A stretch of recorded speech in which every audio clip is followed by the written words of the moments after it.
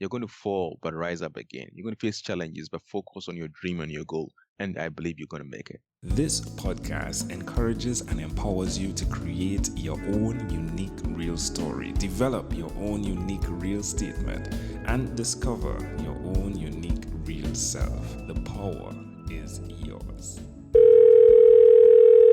Good morning, Bernard, Kelvin, Clive. It has been such a long time since I last spoke with you. 3 years, 2 months, 9 days, 19 hours, and 15 minutes ago.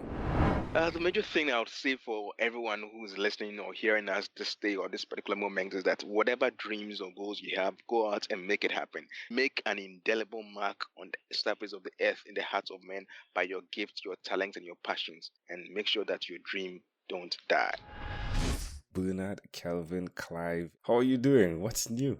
I'm good as God here. New things, books, and events have come in.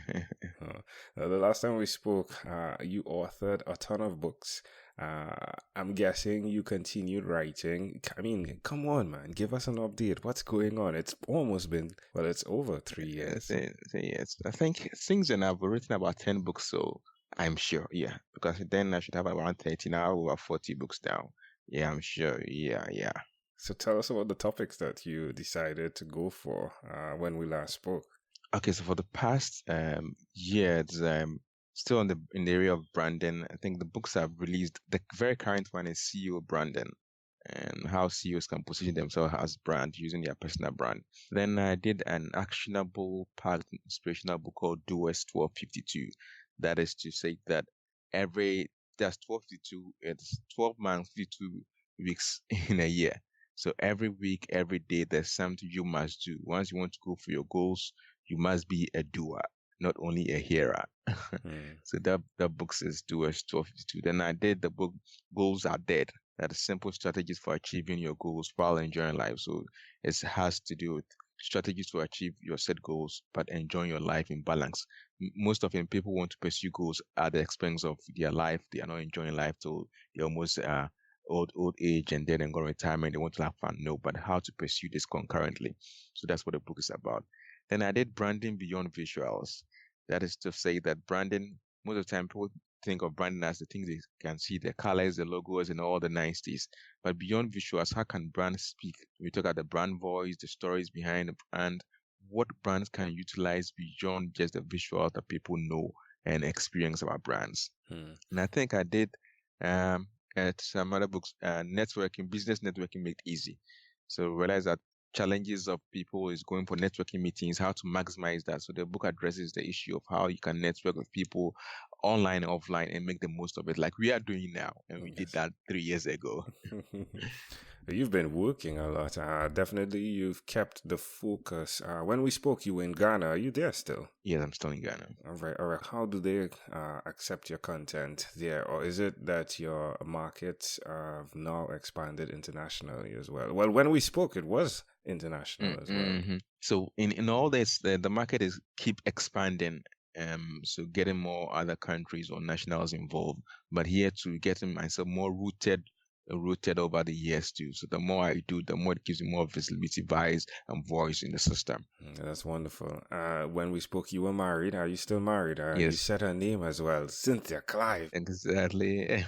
Yes, I'm married now. I have a beautiful girl now. Oh, that's wonderful. Congratulations. Yeah. Wow. So how old is she? She's 3 months as we speak. Oh, this is like fresh news, yeah? Wow. Yeah. Well, congratulations. What's her name? Thelma Janice Clive. All right. Well, my friend, again, speaking to you then and listening to that conversation, I think it speaks a ton to the value of consistency, the value of goals, the value of network building, just like you expressed. Please accept my apologies for when I did interview you then. I wasn't too good at that time.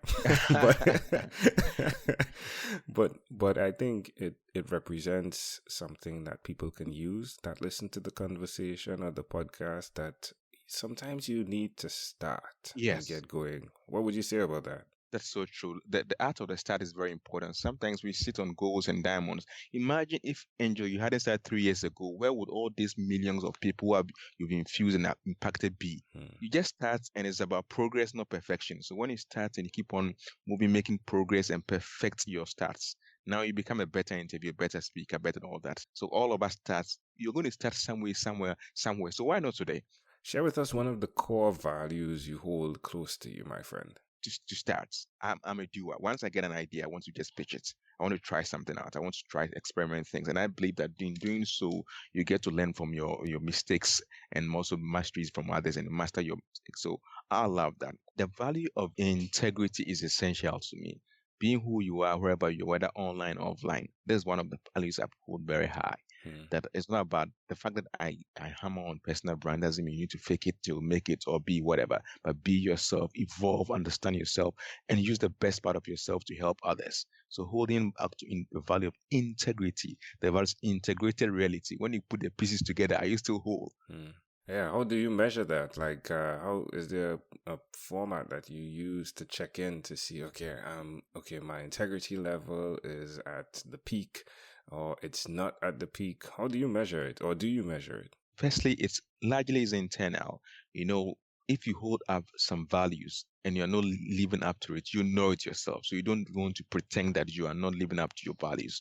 You know it, unless you want to pretend that you are who you say you are, but knowing it within your heart will convince, your conscience will not help you. So it's within. Then, secondly, it's external. The feedback you're going to get. But you used to be this, you said this, you're not living up to this. So the feedback or how people are perceiving over the years and the things you said and you've been doing will attest the fact that you are living a life of integrity or your values, you are holding to your values. Has there been disadvantage to holding to these values over the past 3 years? I think it's helped me more in a great way. Certainly, not everyone is going to embrace your values and like you for who you are. So that's fine. Let me share this with you quickly.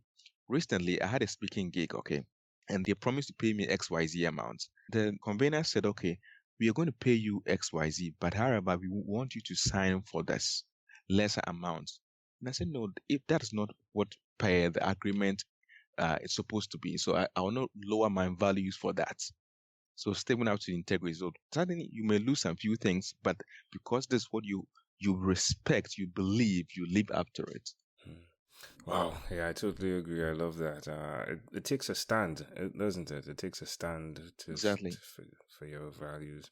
What advice would you give, like, to someone who wants to do what you've done, Bernard? Someone that's looking at being an author, speaker, brand ambassador. What's one strong advice you'd give to them? Quick three things. One, get a mentor. Get somebody you can look up to that you can learn from. You can read their books, listen to their podcast, read their blog and all that. Learn from someone who's been there. You can't live long to make all the mistakes. So learn from their mistakes and masteries of others. Two, begin now. Don't wait to become a perfect speaker before you speak or a perfect author before you start writing. Start today. Once there's an inspiration and desire, start. And lastly, be consistent. You're going to fall, but rise up again. You're going to face challenges, but focus on your dream and your goal. And I believe you're going to make it. Hmm. What's the best way for someone to connect with your content or access you if they need to? So best, just Google Bernard Kelvin Clive. You find me all the social media outlets on Amazon. My books are available. Just Google Bernard Kelvin Clive. Love it. Bernard, my friend, this was such a great pleasure. Ooh, a pleasure I treasure. A treasure. Now, folks, I got that line from Bernard. If you've ever heard me say it, it's Bernard. And I'm talking about this was in 2016, Friday, the 8th of April. And when he said it, oh, that resonated tremendously. And I've been using it all through the last couple of years. A pleasure I treasure. I'm so excited to see that you are now with a child. Congratulations for that. Thank you. I also want to say thank you. Thank you for coming on at that particular time. You've now become the foundation of what this podcast represents. So I thank you so much for your contribution and conversation and sharing the values you bring. Bernard, before we leave, is there anything else you'd like to share with our amazing audience? Go for your dreams and begin today. Love it. Brunette Kelvin Clive, again, thank you for being on what is inspired by 12-Minute Convos with Angel Jones. Thank you. And again, it's a pleasure I treasure. This podcast is produced by Pod Edits. Visit podedits.com for professional podcast publishing.